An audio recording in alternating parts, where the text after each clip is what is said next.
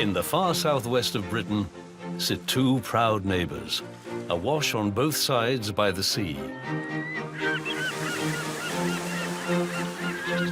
Devon and Cornwall.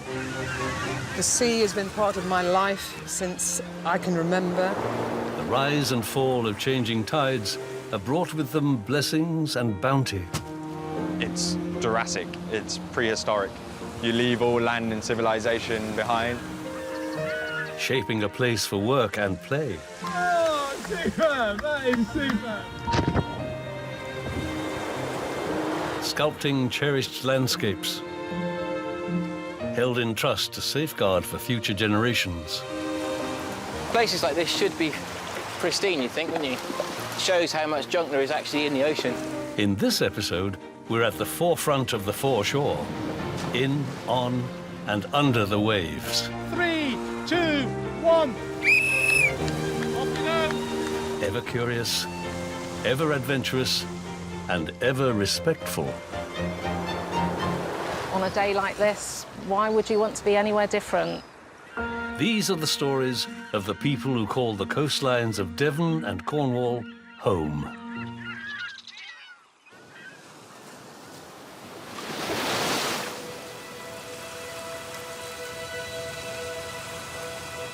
For centuries, the Cornish coast has been home to tight-knit fishing communities, dotted along her rocky shores. Havens for those wresting a living from the unpredictable sea. Halfway between St. Austell and the River Tamar, Looe takes full advantage of its sheltered position, sitting astride its own estuary. And it's up to Tina Hicks, who stepped up to become harbour master 3 years ago, to make sure everything is shipshape. What time did you go out, Bob? I went out at about 6:30 this morning. Excellent, short day, but worth it. But worth it. Yeah. You only need to look around you. We've got everything in Looe. We've got community spirit, we've got lovely people. Looe may seem a sleepy seaside town, but it's alive with hustle and bustle. Today, the sailing club are hosting the Merlin Rocket Sailing Championships. They've got 66 boats that are coming from all over the country. And just as one event winds up, there's barely space to draw breath. The next big event that we've got here in Looe is the Wild Swim. The course is just over a mile. We set the course on the day, depending on the wind. More than 100 people are set to take the plunge, swimming a mile back to dry land. And a whole bunch of stuff needs to be got fixed and fitty first. This year we've got the local sailing club, the RNLI, the kayak club, all joining forces to make sure that it's a lovely swim and also that everybody is safe.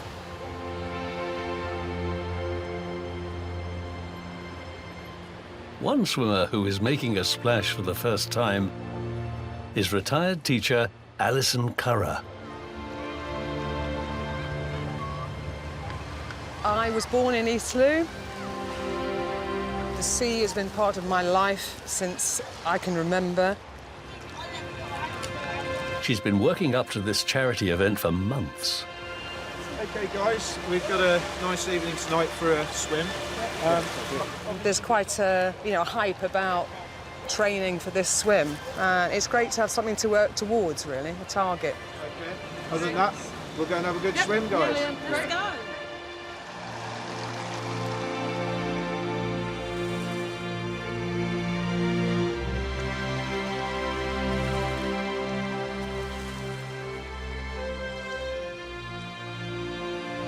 I'm excited. Yeah, I'm a bit nervous, but I'm looking forward to it. And I've raised quite a bit of money, and I'm hoping I'll still raise a bit more. And that's really one of the most important things for me. Excellent. Yeah, it's great. Invigorating. Feel great. I always feel great when I'm in the sea. And it's just one of those things when you come out, you just feel brilliant. I'm ready. Bring it on.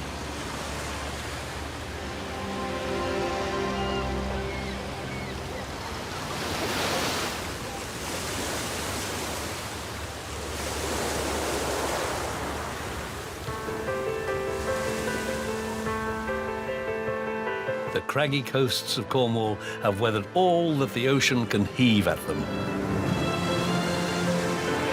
But now a new menace is being thrown at her beautiful coves and beaches.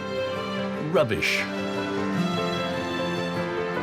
Clean ocean campaigners like Cornishman Steve Green are determined that the plague of plastic will not be allowed to swamp our shores. When we started, I did wonder if we could, in 1 year, do the whole of the Cornish coast, bit by bit.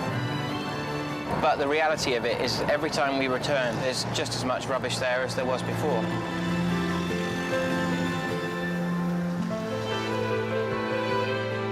Steve still lives a stone's throw from where he grew up, in the charming little village of Gweek on the Helford estuary. We just feel stunningly lucky to live in such a beautiful place. What better to do that with our spare time than to go and clean up somewhere, you know, and try and protect this wonderful environment. Plastic waste is a worldwide issue. On the trash trail with his dog Rosie, Steve's thinking global and acting local. I'm always looking for where the leaves and the seaweed and the flopsam and jetsam are. There's a little patch in here. As if any floating rubbish is going to be anywhere, it'll be in amongst this lot. Rosie, look, what's that? The bottle. Rosie, fetch it. Go get it, good girl. Fetch it, Rosie. Bring it, Rosie. Good dog, come on. A couple of hours on the water, and even here in the back of beyond, Steve has quite some catch. This is a mixture of bits of nets, some plastic bags, some packaging. Rosie found a tennis ball, which she's pretty happy about. Where's that? Yep. Back on his houseboat at Gweek, Steve and partner Monica reclaim and reuse what they can. But to carry out that scheme, Steve's going to need more hands on deck. So today, he's setting sail for the village fair to drum up a crew of helpers. This is just some examples of what we find. That kayak over there is made entirely from the stuff we picked up in the Scillies. Hi, guys. How are you? That's kind of the point of doing events like this, is to try and get the message out there to people to think about plastic pollution. But it's also to ask people to come with us. I just think at the end of the day, if everyone does a small thing, it would make such a huge difference. Yeah. Plastic is an international problem that no one alone is going to crack. But one scrap at a time, and with the population pulling together, Steve remains buoyant. It does feel a little bit like a drop in the ocean, and I could spend my whole lifetime doing this and you'd never be able to measure the difference, but I feel like we're just going to try as hard as we can.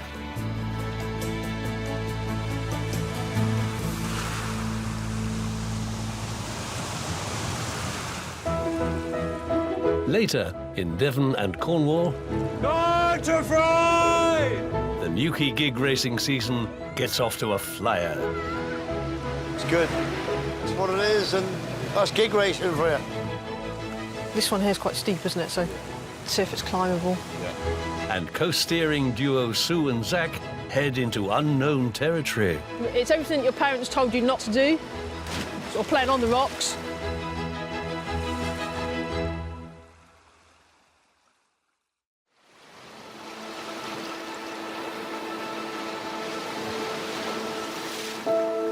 The north coast of Cornwall, endlessly diverse.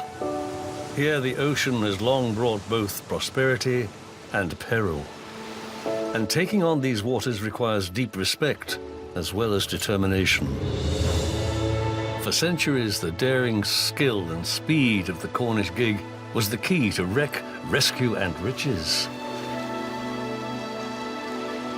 Sitting halfway along Cornwall's broad back, Newquay is the north coast's Atlantic portal. The deadly serious business of gig rowing is still at the heart of the harbourside community here today. And Phil Trebilcock's family have always pulled their weight at Newquay Rowing Club. Father was a founding member. He was here right on till the 60s. And my brother come on, he like done the 60s to the 90s. And I come on then as secretary of the club. And I've been 26 years.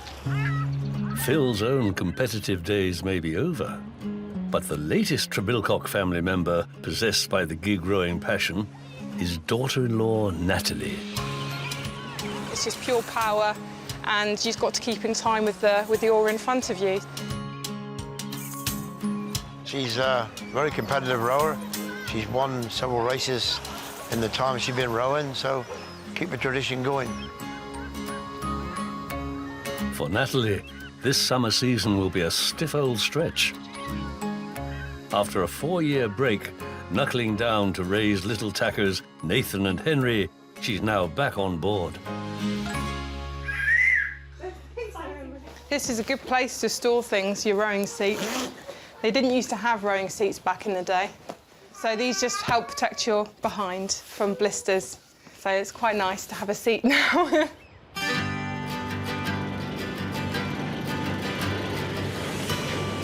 Some of the gigs here are nearly 200 years old. Handcrafted from narrow-leaf Cornish elm. Steeped in potent Cornish history. Originally, the pilot gigs would actually race out to a ship that was coming in to the harbour laden with goods to be sold, and the winning boat, the boat that got there first, would be entitled to a share of whatever cargo she was carrying. So that's how the sport kind of developed. Natalie is putting in the work to prove that she has what it takes to compete for the Newquay Club's prize trophy, the Silver Salver. I would really love to row the Silver Salver this year, but it's only for the top 18 rowers in the club.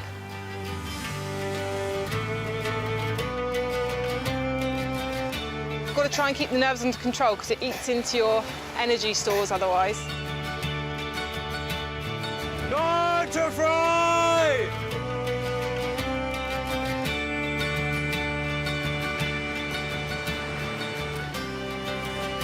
It's good. That's what it is, and that's gig racing for you.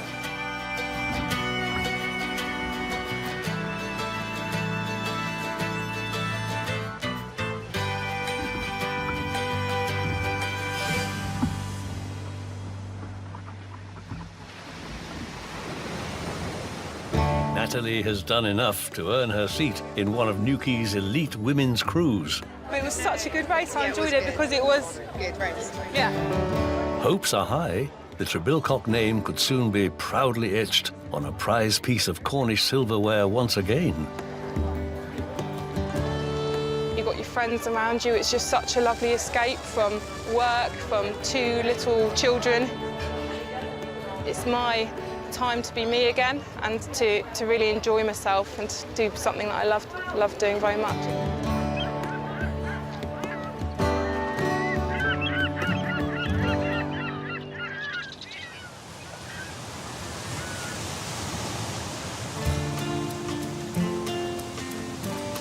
On the north coast of Devon,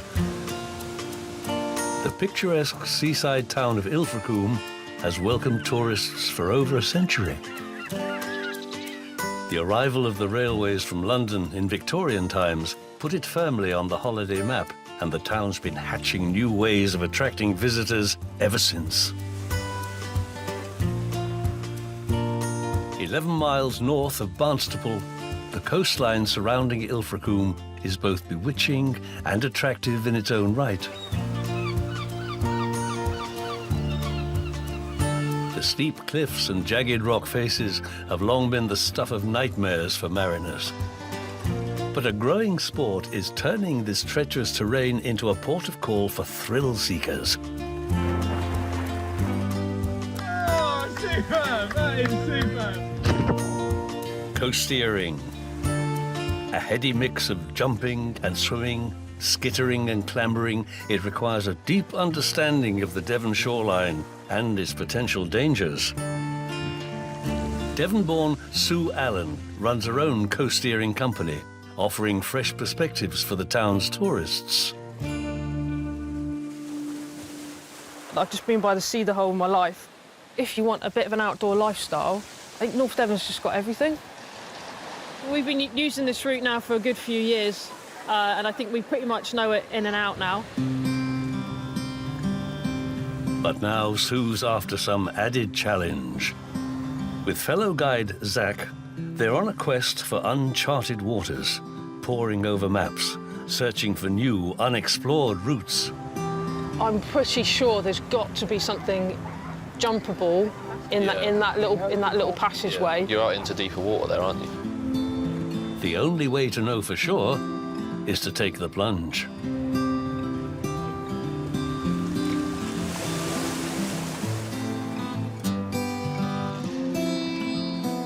There's a little cave sort of gap in the rock just there. It's quite interesting. They are seeking out the fine margins where the rock meets the sea, testing the borderlines between challenge and safety. Escape routes must be planned and plotted. This one here is quite steep, isn't it? So Yeah. have to see if it's climbable. Yeah. Because you can climb out here, Yeah. easily head on over.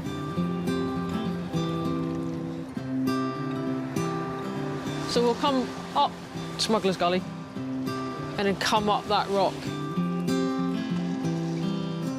Loads and loads of little nooks and crannies. Really get into somewhere where no one else is going to be able to get to.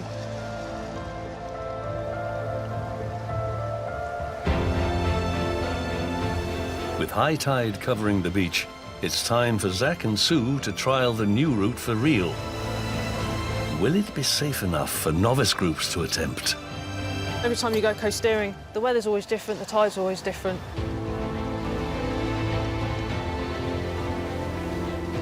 It's everything your parents told you not to do. Or playing on the rocks, and then jumping into the sea, and then playing in the waves by the rocks. Coasteering, we do everything like that, but we safely get you through that area. It's demanding and draining. And both Sue and Zach must keep up their guard, alert to the sea's unpredictable power. But on a crystal clear summer's afternoon, there are few better places to soak yourself in a superb seaside adventure. It's completely different out there. Lots of stuff to explore. Really warm, really clear water. Yeah, it's lovely. Their new route has been carefully stitched together. Yeah, definitely a success, yeah, well worth it. But with hundreds of miles of Devon's dramatic coastline still untested, Sue's dream of opening up ever more pioneering adventures goes on.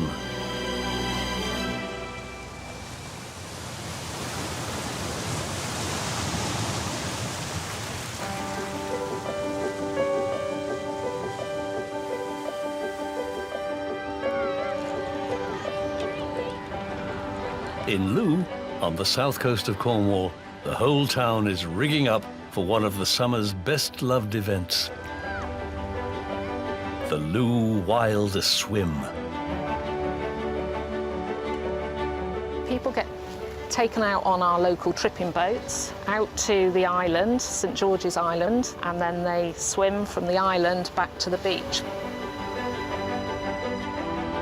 This is the first time Harbour Master Tina will be directly involved in the event. And with over 100 swimmers at sea, she needs to keep her mind on the job. They did suggest that I did swim it this year. I used to swim in my past. But of course I'm needed on land. The swim was launched to raise money for the Chestnut Appeal, a men's health charity that's helped the local harbour community. One and all are giving their pennyworth, including ferry skipper Vicky Thompson. We've been asked, will we help with taking swimmers out? It's such a worthy cause, and anything to help. It's just a bit of time, isn't it? It's just a bit of my time, that's all.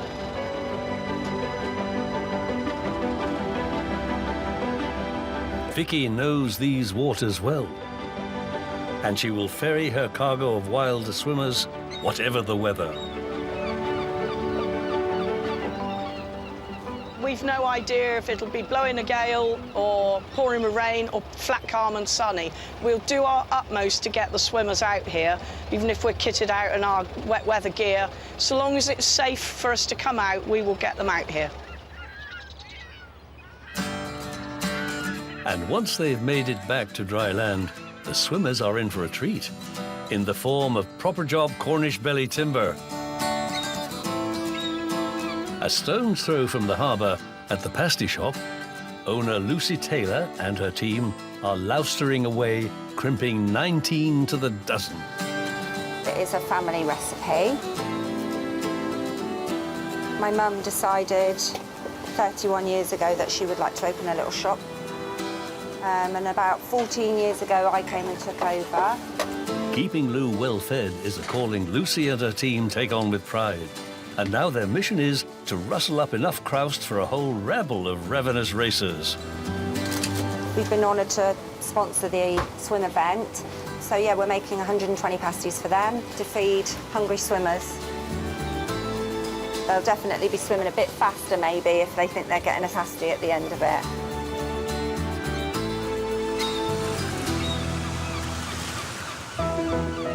Later, in Devon and Cornwall, It's quite a magical thing. It's the biggest accumulation of life that I've ever seen. scallop diver Frazer Pugh descends to the seabed, hopeful for a good haul. Are you ready, Frazer? Bring your gigs up to the boat. And gig rower Natalie and her team pull together for a high-stakes head-to-head. You can see the roll in the water up. Proper nuki conditions, lovely. Good for gig rowing. 1, 2.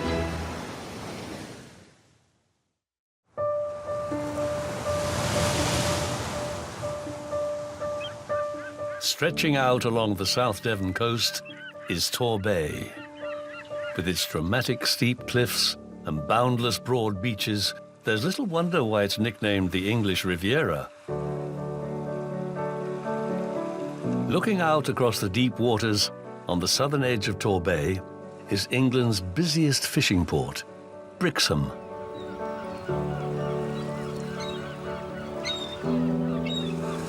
Harvesting the ocean's bountiful array of seafood has been Brixham's lifeblood for generations. And for Devonian scallop fisherman Frazer Pugh, what he encounters on Torbay's seabed fills him with awe. It's quite a magical thing in scallop grounds because it's the biggest accumulation of life that I've ever seen. It's the beginning of the new scallop season, and for Frazer, there's only one clean and green way to do it: diving in and collecting them by hand.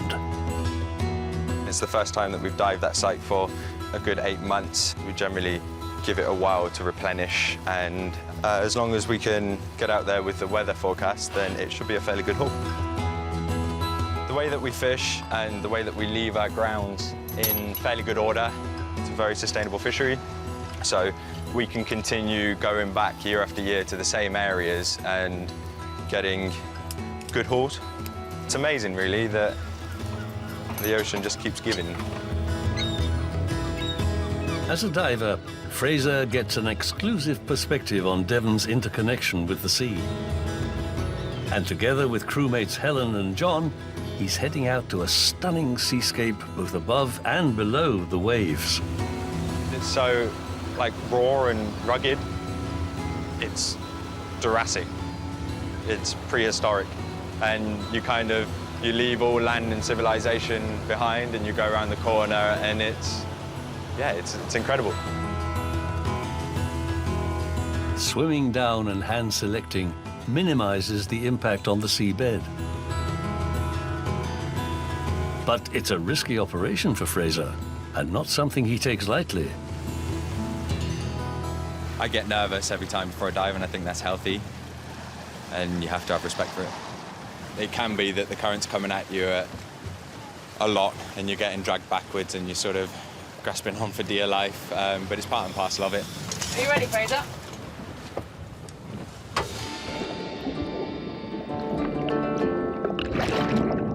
Using 2 tanks of air, he can be underwater for the best part of an hour. It takes a keen eye to find scallops. But once you know what you're looking for, you never really see the scallop. You're sort of looking for the pattern, the ground around the scallop. So you generally pick it up before you see it. While Frazer forages the ocean floor for the beautiful bivalves, his crew take delivery of the first fruits of his labour. We've just got a lift bag coming, which is attached to some scallops, and we've just got to put alongside and hook it now. Beautiful. Nice. Nice done, mate.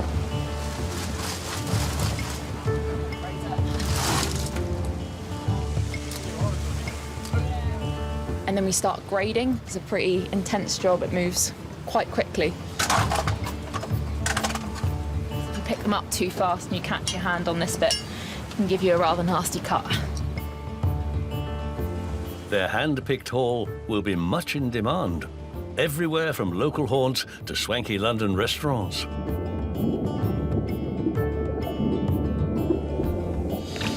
Frazer's sustainable methods are proving effective, and he'll only return to garner goodies from the same spot a handful of times before leaving it to replenish. To be able to live and work on the seas of his native Devon means everything. It's here, above, below, and on the waves, where Frazer feels most at home. Started this for the love of diving. I think I'm extraordinarily lucky. I can do something that I love, and I think that the ocean's given me a lot, so I need to make sure that I treat her with the same respect that she's treated me. The ocean's my solace, so that's where I like to be.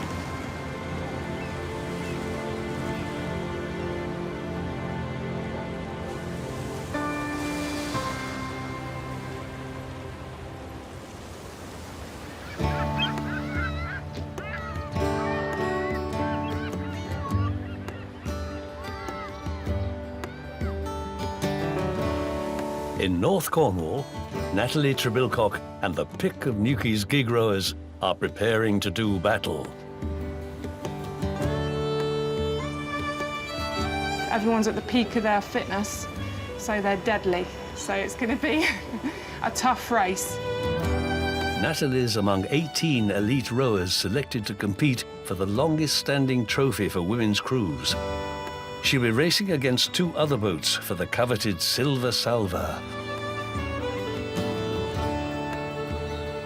The gig that I'm rowing in was built in 1812, the Newquay. So it's an honour to be picked, and it's a privilege to row in these very old and beautiful gigs. There we go. All right, OK now, warmed up? Yeah. And the Cornish weather promises that this race will be suitably frisky. The Atlantic waters are lumpy and threatening. Heavy swells at sea have already forced the junior event to be cancelled. Natalie's crew will need all their skill as well as plenty of power. It's what makes it very, very different to river rowing. We are getting tossed about in all directions, so it's exciting, it's a bit more wild.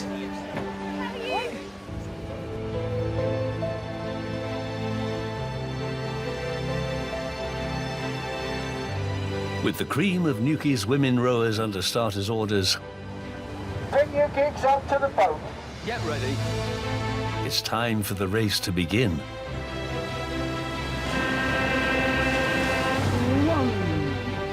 2, 3, and 1. Natalie and her team get off to a flyer. Now, you can see the roll in the water up. Proper Newquay conditions, lovely. Good for gig rowing. 1, 2. For generations, gig rowing has brought the Newquay community together. 3, that's good, nice and long,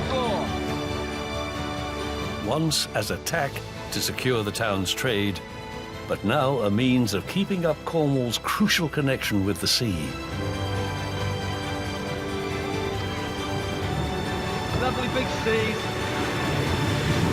Let's dig in, downhill now. 3, and 1, 2. You can hear the water on the boat, you can hear the pins clicking as you row in time. When you look down your oar, you can see the opposition staring straight back at you. I love the ocean, I love being close to the ocean and to be part of something which is within our county's history. 2, 3, there we go! With Natalie in the gig's engine room, she helps power the boat Newquay to a blistering first place. I'm going to be picking up a medal! Ah! So pleased, yeah, really pleased.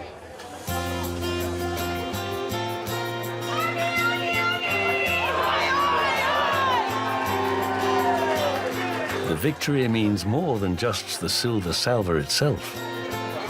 It's an important sense of keeping the Cornish spirit alive and kicking in Newquay. There's a lot of history, a lot of memory lane, and we've got to keep the memory lane and the history going for future generations. So we had a wonderful row and it was, you know, a fabulous evening together. It's a very special thing.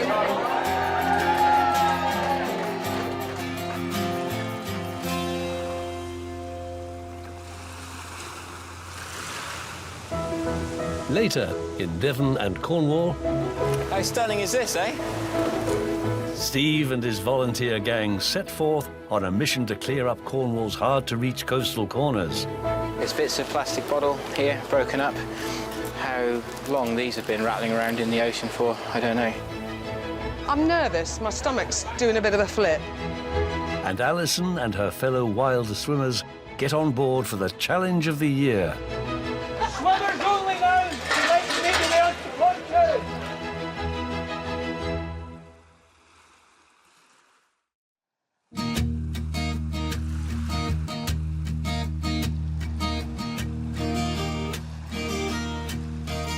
On the South Cornish coast, Clean Ocean campaigner Steve Green is hoping to make a big impact on some of his homeland's smallest beaches.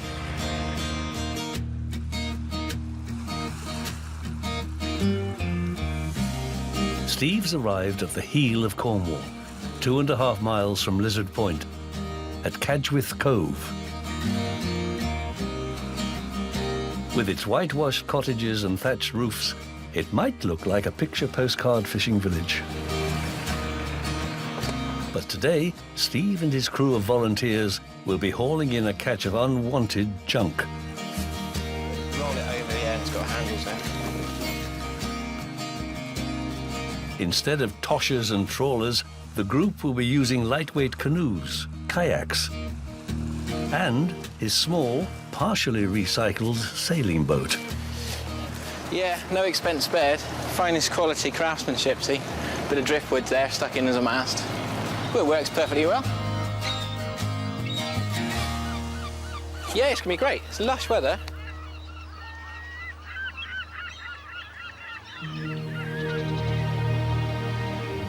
Travelling light means Steve's band of plastic pirates can form a small but nimble flotilla.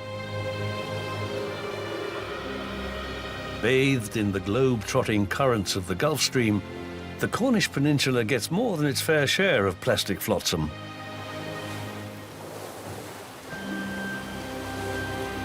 Each tiny boat is able to navigate safely in and out of Cornwall's potentially treacherous hidden coves. There's loads of awesome people out there doing beach cleanups all over the place, but generally they go to places that are easy to get to. But we're getting quite good at understanding the ocean currents and the weather so that we know where there's likely to be the rubbish. First port of call is the aptly named Devil's Frying Pan. How stunning is this, eh? A towering 197-foot-high arch guards a tiny beach, a precipitous zone formed from a collapsed cave.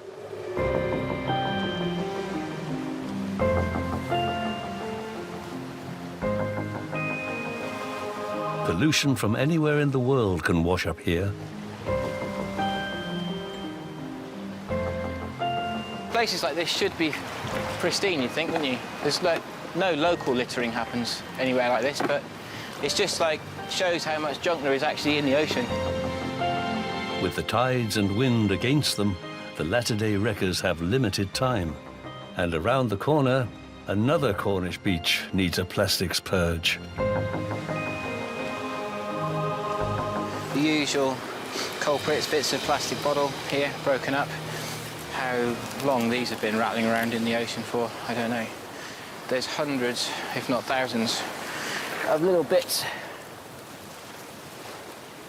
I said I challenge you to take 1 metre squared of any part of this beach, turn over the seaweed and not find 3 or 4 bits of plastic and just turn it all over. It's everywhere.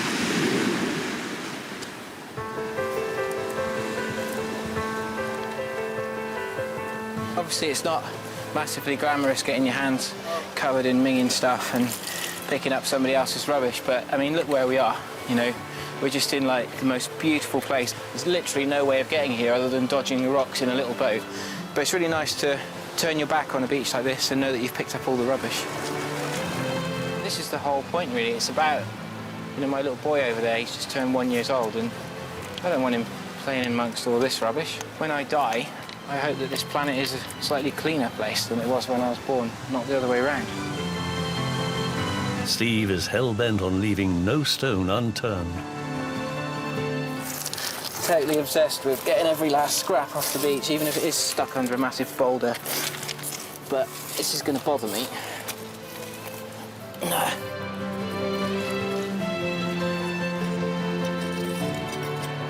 Trouble is, this could have a lobster pot on the end of it, or it could be 50 metres long, who knows? Lobster pots get put in places where it's good for fishing, so that's in amongst the rocks here close in. When we get a storm, the line securing them, you know, can get stirred up by the sea and broken, and then it gets washed up on the beach. The fishermen don't want it to happen. We'd much rather keep their lobster pots. Bit of blood, bit of sweat, but got it.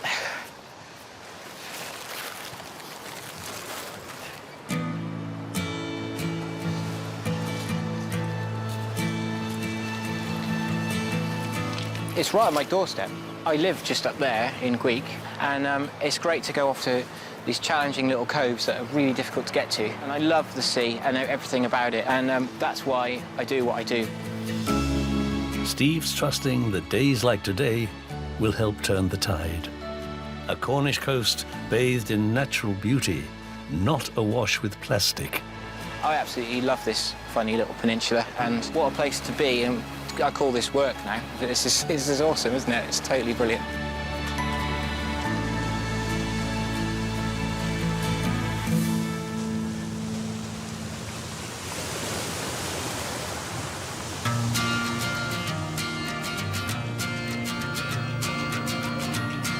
On the south coast of Cornwall, the whole community of Looe is getting ready for its big event. The 1 mile wild swim from St George's Island back to the town beach. Morning, Taff. I've come to register. Oh, are you swimming? I am. Good luck with that. Thank you. Avid amateur swimmer Alison is gearing up for her first ever attempt. I'm nervous. My stomach's doing a bit of a flip. I'll be happiest when I'm going into the water, and when I know my goggles aren't leaking, then I'll be happy.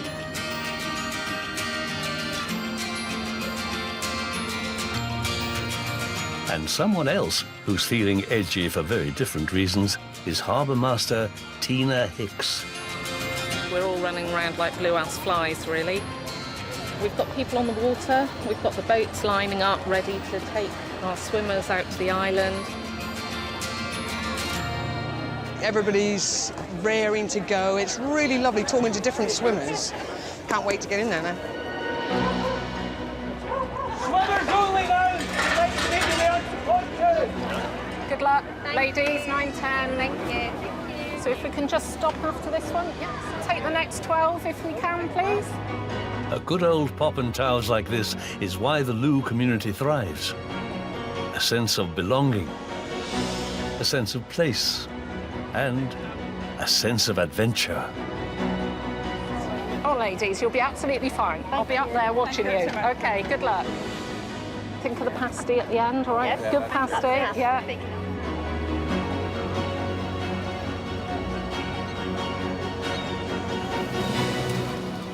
Once those swimmers get in off their swim, they'll be hungry. So I think the pasty is the perfect thing to be in out of the water for. It literally is like a production line. Head down and keep going and hope you don't run out of pastry, really.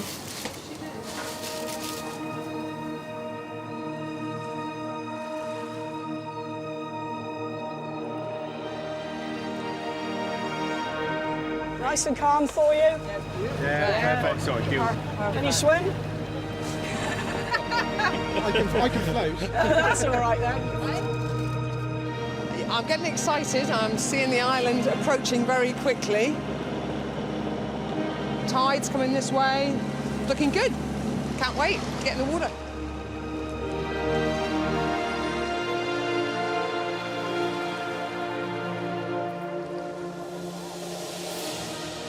Hello, thank you. Gosh, a long time since I've been on the island. Faster swimmers to the front, please. Beware of kicking feet when you dive in. Everybody ready? 5, 4, 3, 2, 1. Off you go.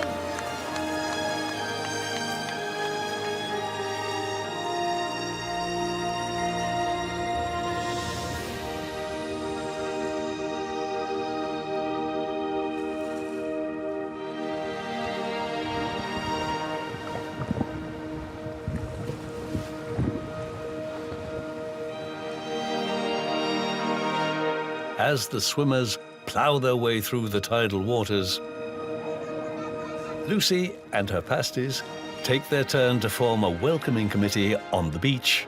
I've made 200 pasties today for the event. Excited now to feed all the hungry swimmers, so all good to go. But it's just nice to put something back into the community.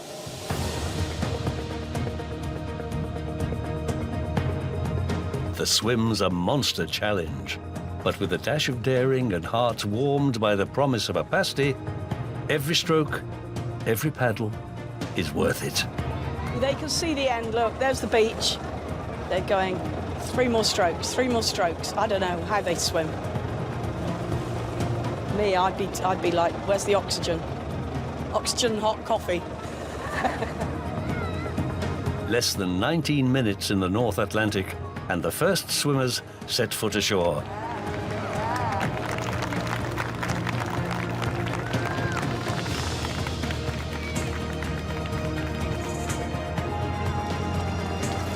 Oh, meat pasty, you want? Yeah? Yeah, good.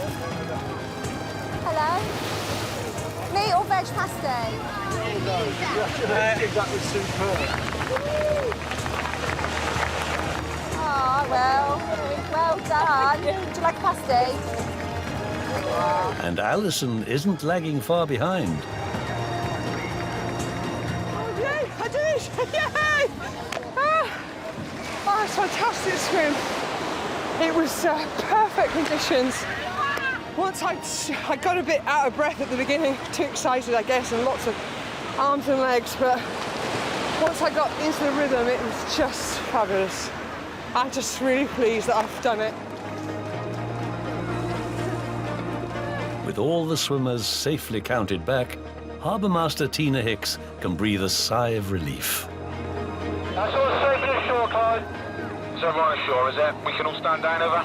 Thanks ever so much. It's been great. You can stand down. Thank you so much. That's my pleasure. I've raised lots of money. Which is wonderful, I heard. Yes, I'm really, really Mum chuffed. will be proud of you. She would. Oh, Phil. That gets emotional. Oh, she would. Don't do that. Yes, she would. Yes. Oh, gosh, that's just got me. Very well done. For the people of Cornwall and Devon, the sea surrounds them, flows through their lives, and means everything to them. And they do everything they can to ensure the ocean continues to be as unsullied, as bountiful, and as rewarding for generations to come. The sea is their shared heritage and our shared future.